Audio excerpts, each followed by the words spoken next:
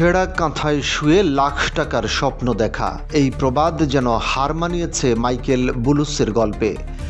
সদ্য কলেজ পাশ করা সাধারণ এক যুবক হঠাৎই প্রেমে পড়লেন যুক্তরাষ্ট্রের প্রেসিডেন্ট ডোনাল্ড ট্রাম্পের কন্যা টিফানি ট্রাম্পের। হোয়াইট হাউসের রোজ গার্ডেনে হাঁটু গেড়ে বসে তিনি দিলেন বিয়ের প্রস্তাব।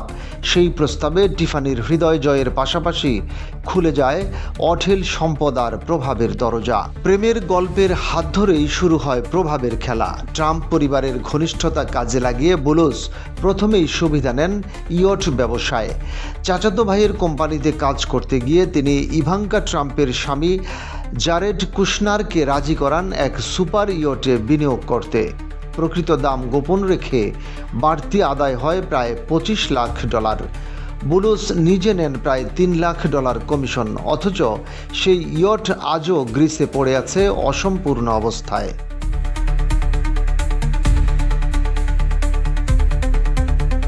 পরবর্তী ঘটনা আরও চমকপ্রদ।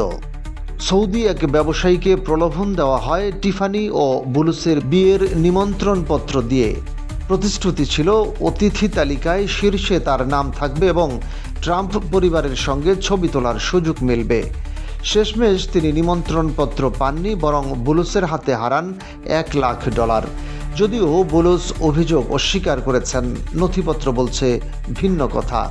এখানেই থেমে থাকেননি বুলুস। টিফানির সঙ্গে বিয়ের পর বুলুসের বাবা মাসাদ বুলুসকে ট্রাম্পের নির্বাচনী প্রচারণায় মুখপাত্র বানানো হয়।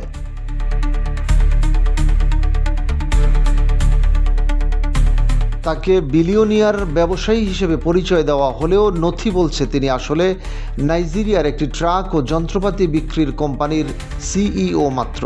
তবুও ট্রাম্পের চোখে তিনি হয়ে ওঠেন সম্মানিত নেতা ও চুক্তির জাদুকর। 2024 সালের নির্বাচনে ট্রাম্প বিজয়ী হতেই মাসাদ বুলুসকে প্রথমে মধ্যপ্রাচ্য বিষয়ক উপদেষ্টা এবং পরে আফ্রিকা বিষয়ক জ্যেষ্ঠ উপদেষ্টা হিসেবে নিয়োগ দেওয়া হয়।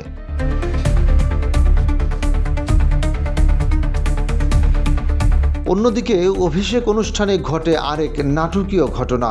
বুলুস পরিবারের ঘনিষ্ঠ বন্ধু হাবিব সাইদি পরিচিত হন এক সৌদি ফাইন্যান্সারের সঙ্গে, যাতে ক্ষমতার প্রভাব কাজে লাগিয়ে সৌদিতে নির্মাণ ব্যবসা এগিয়ে নিতে পারেন।